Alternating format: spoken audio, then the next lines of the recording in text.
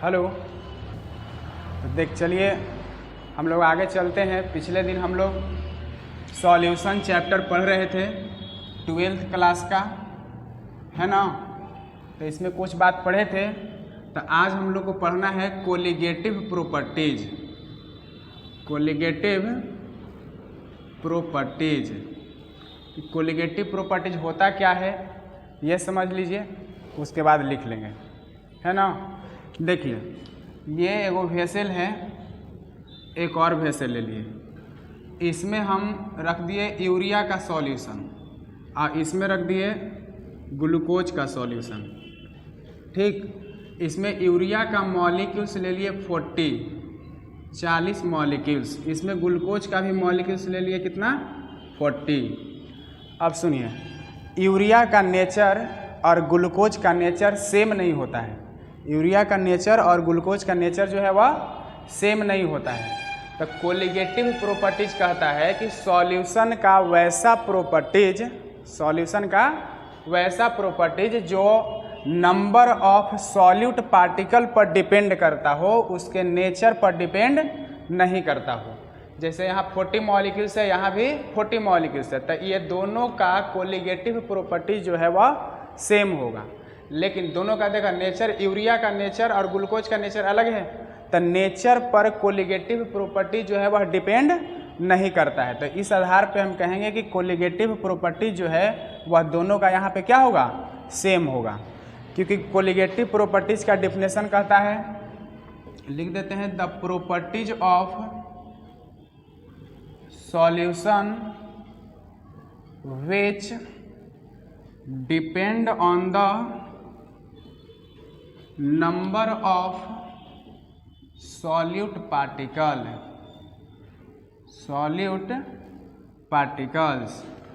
not depend on the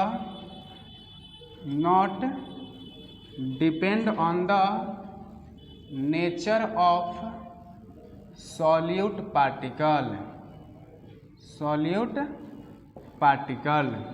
हम बोले कि द प्रॉपर्टीज ऑफ सॉल्यूशन का वैसा प्रॉपर्टी जो डिपेंड करता हो नंबर ऑफ सॉल्यूट पार्टिकल पर। अगर मान लो यहाँ पे हम 30 मॉलिक्यूल्स लेते और यहाँ पे 40 रहता, तो दोनों का कोलिगेटिव प्रॉपर्टीज डिफरेंट हो जाता है, क्योंकि यह डिपेंड करता है नंबर ऑफ सॉल्यूट पार्टिकल पर। तो दोनों का सॉल्यूट पार्टिकल सेम है, मतलब दोनों का कोलिगेटिव प्रॉपर्टीज सेम है।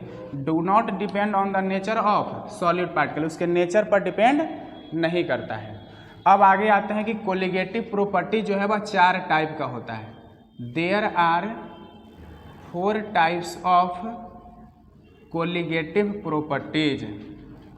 There are 4 types of colligative properties. कौन कौन होता है? तो एक होता है रिलेटिव लोअरिंग ऑफ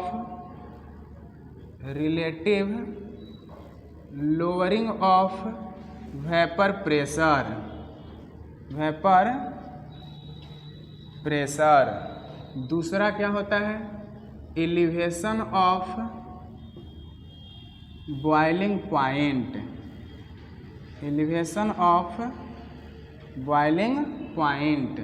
और तीसरा होता है डिप्रेशन इन फ्रीजिंग पॉइंट। और चौथा होता है ऑस्मोटिक प्रेशर। तो हम बोले कि कोलिगेटिव प्रॉपर्टीज जो है वह 4 टाइप का होता है। Relative lowering of vapour pressure, elevation of boiling point, depression in freezing point और चौथा ऑस्मोटिक प्रेशर। सॉल्यूशन चैप्टर से यही चारों प्रॉपर्टी से लगभग क्वेश्चन आएगा। इसमें कुछ टॉपिक और है जो इन्वॉल्व होगा, लेकिन यही मेन तरह से चारों प्रॉपर्टीज पढ़ना है। तो सॉल्यूशन का जो है वह क्वेश्चन जो है वह सॉल्व होगा लगभग। तो अब आते हैं, पहला हम लोग पढ़ेंगे relative lowering of vapour pressure. Relative lowering of vapour pressure. अब आते हैं सबसे पहला बात कि relative lowering of vapour pressure पढ़ने के लिए आपको सबसे पहले पढ़ना होगा वेपर प्रेशर के बारे में। सबसे पहले किसके बारे में पढ़ना होगा? वेपर प्रेशर के बारे में। अगर वेपर प्रेशर समझ जाएंगे तब आप पढ़ेंगे लोअरिंग ऑफ वेपर प्रेशर क्या होता है। अगर ये भी समझ जाएंगे तब जाकर पढ़ेंगे relative lowering of vapour pressure क्या होता है। तब हम लोग समझ गए क्या पढ़ना है। सबसे पहले यहाँ पे आप हेडिंग देंगे वेपर प्रेशर, वेपर प्रेशर, है ना।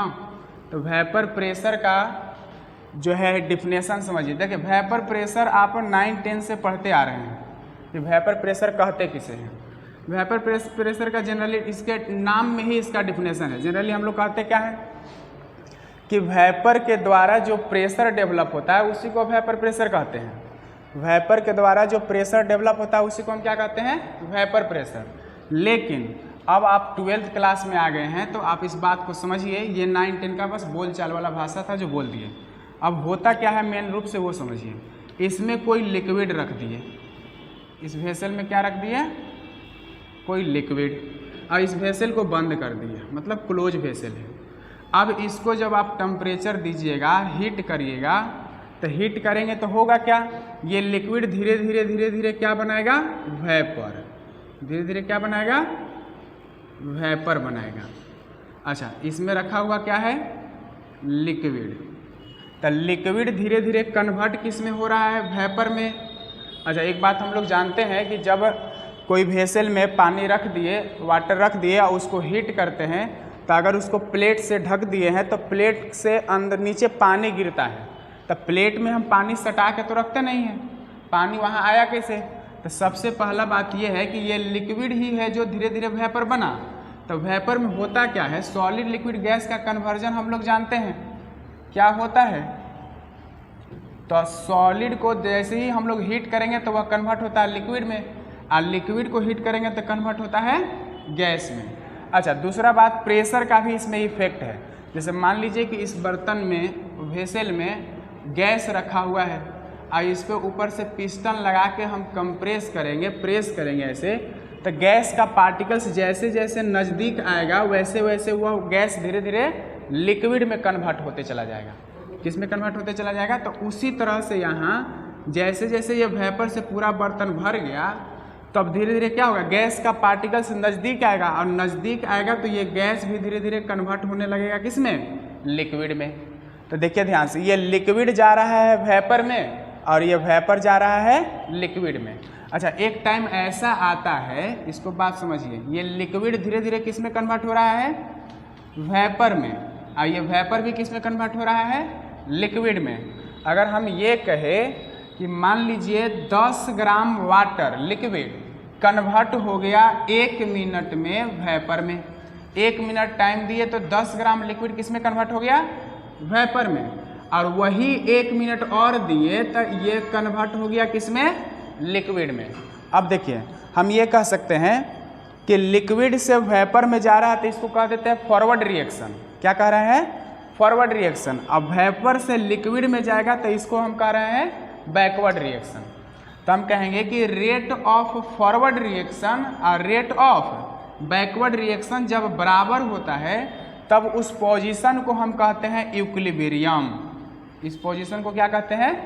इक्विलिब्रियम। इक्विलिब्रियम होता क्या है? तो जैसे हम क्या बोले, रेट ऑफ फॉरवर्ड रिएक्शन और रेट ऑफ बैकवर्ड रिएक्शन जब बराबर होगा तो उस पोजीशन को हम क्या कहते हैं?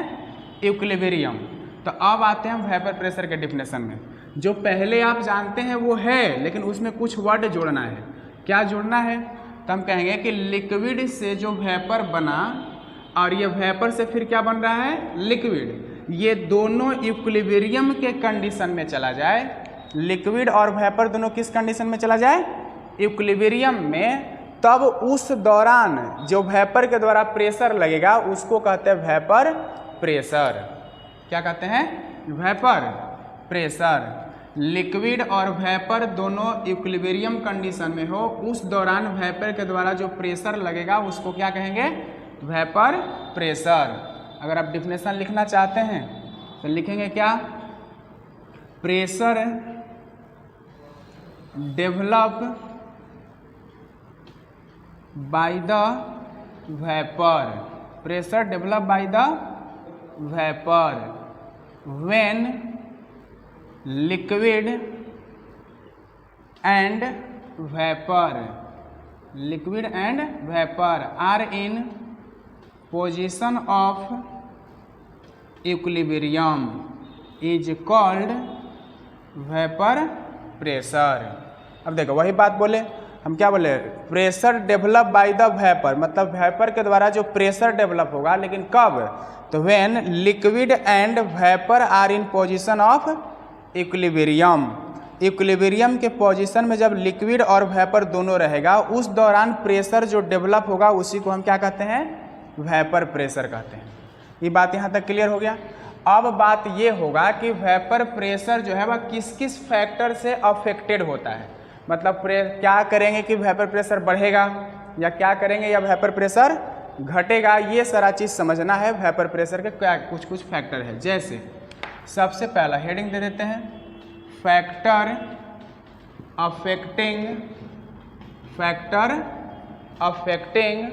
Vapour pressure, factor affecting vapour pressure. चलिए तो हम लोग पढ़ रहे थे factor affecting vapour pressure, factor affecting vapour pressure. Factor affect में सबसे पहला फैक्टर है इंटरमॉलिक्यूलर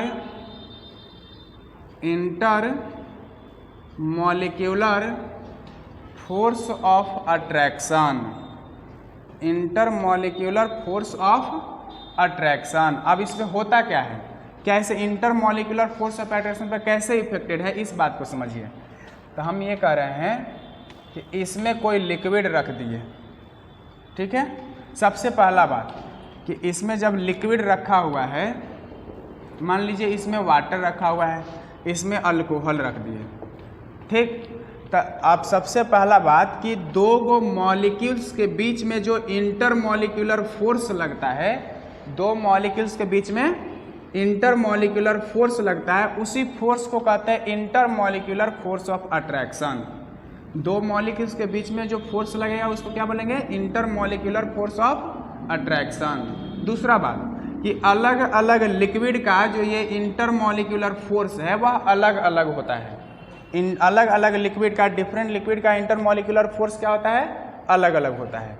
तो अब बात को समझिए, जैसे मान लीजिए कि इसमें वाटर रखे है, इसका इंटरमॉलिक्यूलर फोर्स ये है और इसका इंटरमॉलिक्यूलर फोर्स ये है। तो इंटरमॉलिक्यूलर फोर्स यहाँ पे ज़्यादा है, देखिए दो मॉलिक्यूल्स के बीच में डिस्टेंस कम है तो ये वाला फोर्स ऑफ अट्रैक्शन ज़्यादा होगा। यहाँ पे डिस्टेंस जो है वह ज़्यादा है दो मॉलिक्यूल्स के बीच में, तो ये फोर्स जो है वह कमज़ोर होगा। हम लोग इस बात को समझ सकते हैं कि जैसे मान लीजिए ये मार्कर है और ये कैप है, तो दोनों को तोड़ने में हमको ज़्यादा एनर्जी कहाँ लगेगा, तो कैप में लगेगा। एनर्जी इसमें क्या है, कम है, ये आसानी से टूट जाएगा। बॉन्ड लेंथ जैसे बढ़ता है वैसे वैसे उसका बॉन्ड एनर्जी कम हो जाता है।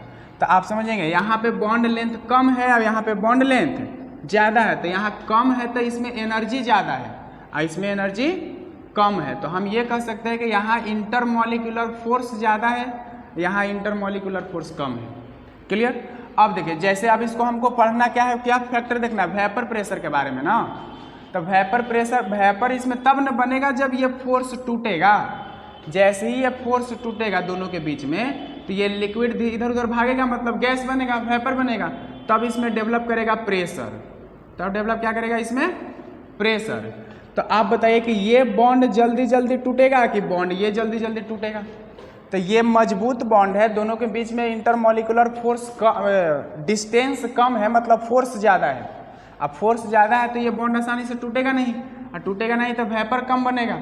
अब वेपर कम बनेगा तो प्रेशर भी यहाँ कम होगा और यहाँ प्रेशर ज़्यादा होगा। तो अब बात हम क्या समझें कि यहाँ पे इंटरमॉलिक्यूलर फोर्स कम है तो यहाँ पे वेपर प्रेशर ज़्यादा होगा। यहाँ पे इंटरमॉलिक्यूलर फोर्स ज़्यादा है तो वेपर प्रेशर कम होगा। तो इस बात का मतलब ये हुआ कि दोनों के बीच में इन्वर्सली प्रोपोर्शनल रिलेशन है। इसका मतलब ये हो गया कि इंटरमॉलिक्यूलर फोर्स जो होता है वह इन्वर्सली प्रोपोर्शनल होता है किसका? वेपर प्रेशर का। जैसे जैसे इंटरमॉलिक्यूलर फोर्स बढ़ेगा वैसे वैसे वेपर प्रेशर उसका क्या होगा? घटेगा। और जैसे जैसे इंटरमॉलिक्यूलर फोर्स घटेगा वैसे वैसे वेपर प्रेशर बढ़ेगा। ये बात क्लियर हो गया। दूसरा फैक्टर है टेम्परेचर। दूसरा फैक्टर क्या है? टेम्परेचर। तो टेम्परेचर तो सिंपल बात समझते हैं ना। जैसे मान लीजिए इसमें H2O रखा हुआ है, इसमें भी H2O रखा हुआ है। इसको हम रख दिए 100 डिग्री सेल्सियस पर या इसको रख दिए 120 डिग्री सेल्सियस पर, तो बताइए कहाँ ज़्यादा वेपर बनेगा? इसमें जो पार्टिकल्स है तो ज़्यादा टूटेगा ना। टेम्परेचर ज़्यादा दिए तो जल्दी जल्दी वेपर बनाएगा, तो यहाँ पे प्रेशर ज़्यादा होगा और यहाँ पे प्रेशर। कहने का मतलब यह है कि टेम्परेचर कम तब प्रेशर कम, टेम्परेचर ज़्यादा तब प्रेशर ज़्यादा। इसका मतलब रिलेशन कैसा है? Directly proportional. जैसे जैसे टेम्परेचर बढ़ाएंगे वैसे वैसे वेपर प्रेशर बढ़ेगा। ये बात क्लियर है। अब हम करेंगे बात तीसरा फैक्टर जो है कि है तीसरा फैक्टर में क्या है? Addition of non volatile solute. किसके बारे में? नॉन वोलाटाइल सॉल्यूट के बारे में। अब सुनिए, एक मिनट देखिए। तो तीसरा फैक्टर जो है वह है addition of non volatile solute. Non volatile solute. अब सबसे पहला बात यह है कि सॉल्यूट और सॉल्वेंट तो हम लोग समझते हैं ना। सॉल्यूशन में दो ही गो बात होता है, एक होता है सॉल्यूट और दूसरा होता है सॉल्वेंट।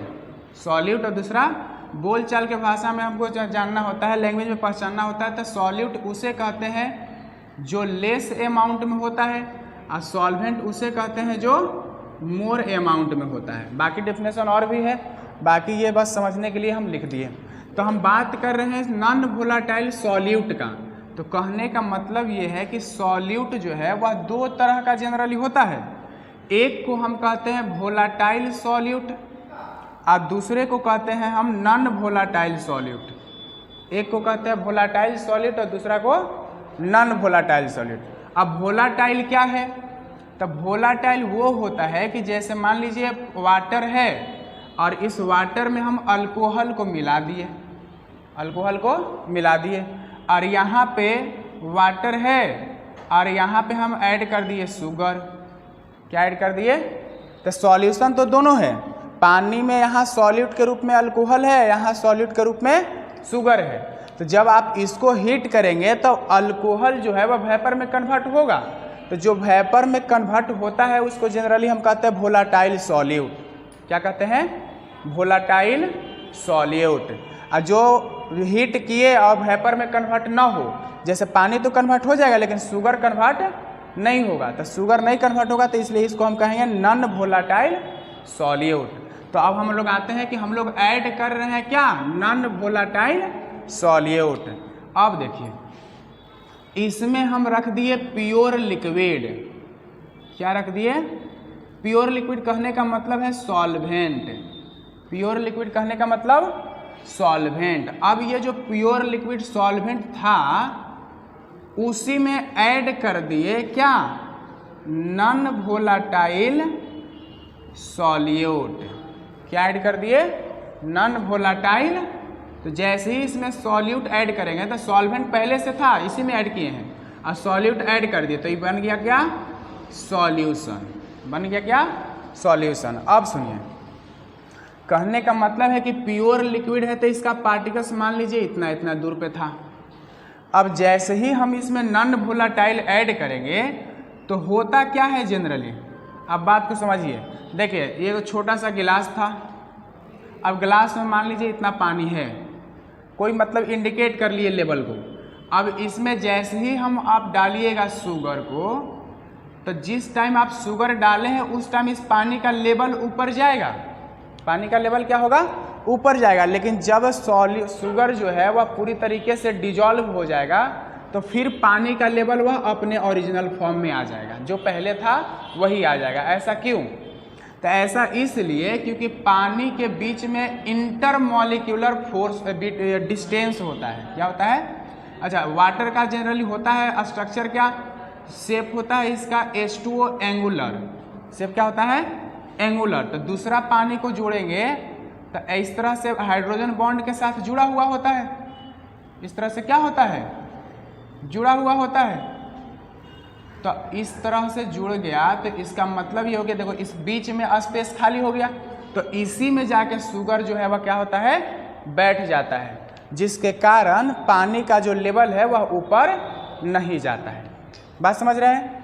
तो कहने का मतलब मेरा बस ये है कि जैसे ही प्योर लिक्विड में नॉन वोलेटाइल सॉलिड को ऐड करेंगे तब प्योर लिक्विड का पार्टिकल्स था इतना इतना दूर पर, मान लिया एग्जांपल के तौर पे, तो जब इसको ऐड करेंगे तो इसी के बीच में न जाके बैठेगा, जो बीच में स्पेस होता है वाटर में, तो बैठेगा तो होगा क्या, यहाँ पे इंटरमोलिकुलर फोर्स ये वाला है, यहाँ इंटरमोलिकुलर फोर्स क्या हो गया, बढ़ गया, डिस्टेंस कम हो गया तो फोर्स क्या हो गया, बढ़ गया। अभी हम लोग पढ़े थे कि इंटरमोलिकुलर फोर्स जो है वह वेपर प्रेशर के इन्वर्सली प्रोपोर्शनल होता है। इंटरमोलिकुलर फोर्स बढ़ाएंगे तो वेपर प्रेशर क्या होगा, घट जाएगा। तो यहाँ पे हो क्या रहा है, प्योर लिक्विड में जब आप नॉन वोलेटाइल सॉलिड को ऐड किए तो वेपर प्रेशर क्या होगा, देखा ध्यान से, प्योर लिक्विड में नॉन वोलेटाइल सॉलिड को ऐड किए तो इंटरमोलिकुलर फोर्स बढ़ गया, और इंटरमोलिकुलर फोर्स जैसे ही बढ़ेगा तो वेपर प्रेशर क्या होगा, डिक्रीज कर जाएगा। इसमें कोई परेशानी? आप देखिए एगो बात, हम ये कहना चाह रहे हैं कि प्योर लिक्विड के वेपर प्रेशर को इंडिकेट करते हैं P0 से, किससे डिनोट करते हैं, P0 से, और सॉल्यूशन के वेपर प्रेशर को इंडिकेट करते हैं PS से, किससे? तो अगर कोई पूछे कि बताइए प्योर लिक्विड का वेपर प्रेशर ज़्यादा होता है कि सॉल्यूशन का ज़्यादा होता है, तो स्वाभाविक सी बात है हम बताएंगे कि प्योर लिक्विड का इंटरमोलिकुलर फोर्स कमज़ोर है तो वेपर प्रेशर ज़्यादा होगा, सॉल्यूशन का इंटरमोलिकुलर फोर्स स्ट्रांग है तो वेपर प्रेशर कम होगा। इसका मतलब ये हुआ कि P0 का वैल्यू हमेशा ज़्यादा होता है किससे, PS से। सॉल्यूशन का वेपर प्रेशर हमेशा कम होता है और सॉल्वेंट का, प्योर लिक्विड का वेपर प्रेशर हमेशा ज़्यादा होता है। अब आप इस बात को समझिए, हम लोग का हेडिंग था relative lowering of vapour pressure, जिसमें वेपर प्रेशर पढ़ा रहे थे। अब हम धीरे धीरे पहुंचते हैं लोअरिंग ऑफ वेपर प्रेशर पर। देखिए प्योर लिक्विड में, अब अभी तो बात समझ गए कि P0 ज़्यादा होगा, PS कम होगा। एग्जाम्पल के तौर पर मान लीजिए कि इसका प्रेशर 5 atm है, तब जब सॉल्यूशन में जाएंगे तो 5 से तो कम ही होगा, मान लेते हैं 3 atm हो गया, कुछ क्या होगा वो नहीं पता, बस कम होगा। तो हम ये कह रहे हैं कि 5 atm यहाँ था और यहाँ हो गया 3 atm, हुआ कैसे, तो इसमें हम ऐड कर दिए नॉन वोलेटाइल सॉलिड, जिसके कारण इंटरमोलिकुलर फोर्स बढ़ गया, और इंटरमोलिकुलर फोर्स बढ़ेगा तो वेपर प्रेशर क्या होगा, कम हो जाएगा।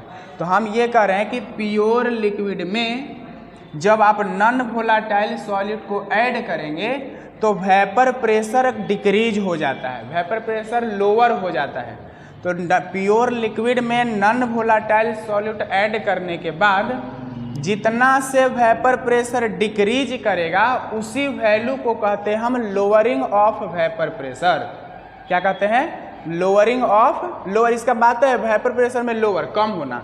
तो 5 atm से 3 atm हो गया, तो कम कितना हुआ, 2 atm। तो निकालेंगे इसको कैसे, तो इसको हम निकालते हैं P0 माइनस 5 atm मतलब P0, और माइनस 3 atm मतलब क्या, PS। तब P0 में से PS को घटा देंगे तो कितना डिक्रीज कर गया वो बताएगा। तो इसका मतलब ये हो गया कि ये जो है वह एक डिफरेंस है, क्या है, डिफरेंस है। डिफरेंस को जनरली हम लोग डिनोट करते हैं डेल्टा से, और डिफरेंस है किसका, प्रेशर का। तो ये फॉर्मूला आ जाएगा किसका, लोअरिंग ऑफ वेपर प्रेशर का। मतलब डेल P जो है वह इंडिकेट करेगा लोअरिंग ऑफ वेपर प्रेशर को, अब P0 ये जो है वह vapour pressure of pure liquid, अब PS जो है वह वेपर प्रेशर ऑफ सॉल्यूशन। कहने का मतलब यह है कि लोअरिंग ऑफ वेपर प्रेशर का डिफिनेशन होगा क्या, तो हम कहेंगे कि it is difference between vapour pressure of pure liquid and vapour pressure of solution. यहाँ तक में कोई दिक्कत? अब यहाँ तक हो जाने के बाद अब हम लोग जाएंगे relative lowering of vapour pressure पर, relative lowering of vapour pressure पर। सुनिए 5 मिनट और है। तो relative lowering of vapour pressure का डिफिनेशन कहता है relative lowering of vapour pressure का डिफिनेशन कहता है कि यह एक रेशियो होता है। क्या होता है? एक रेशियो। और रेशियो होता किसका है? तो ये होता है lowering of vapour pressure. Lowering of vapour pressure मतलब del P. Lowering of vapour pressure मतलब vapour pressure of pure liquid. Lowering of vapour pressure और vapour pressure of pure liquid का जो रेशियो है उसी को कहते हैं relative lowering of vapour pressure. अगर इसको थोड़ा सा आगे बढ़ाइएगा तो ये आ जाएगा आपको डेल पी। डेल पी मतलब क्या? P not minus P S. P not minus divided by P not. तो ये फॉर्मूला हो गया आपका क्या? Relative lowering of vapour pressure का। अब जो बात है जेई और नीट में जो क्वेश्चन पूछा जाएगा वो इतना से नहीं होगा। अब आगे इसका रॉल्स लॉ है। Relative lowering of vapour pressure का क्या है? Rawls law. वहाँ से फॉर्मूला निकल के आएगा जिससे आपका क्वेश्चन लगभग कंप्लीट होगा इस टॉपिक का। क्लियर है? इसमें इस टॉपिक का क्वेश्चन पूरी तरह से कंप्लीट तब होगा जब हम वांट ऑफ फैक्टर या डिग्री ऑफ डिसोसिएशन ये सब पढ़ा देंगे, तब इसमें जो बीच बीच में जो छोटा छोटा टॉपिक आता है वो सब क्लियर हो जाएगा। तो यहाँ तक में किसी को कोई परेशानी नहीं है? बात क्लियर है? अब हम लोग अगले टॉपिक को पढ़ेंगे अगले दिन। क्लियर है? तो चलिए आज इतना जो लिख लिया वो याद करिए, अगले दिन मिलते हैं।